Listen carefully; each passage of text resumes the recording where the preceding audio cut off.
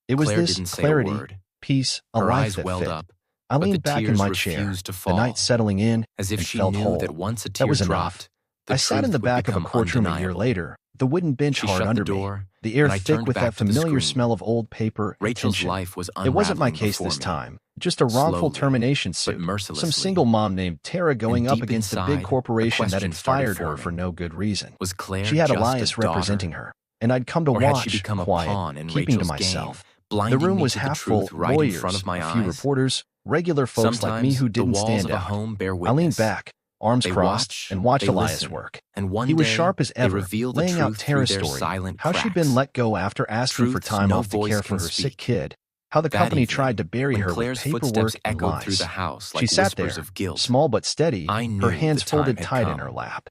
The to hearing ask went fast. questions,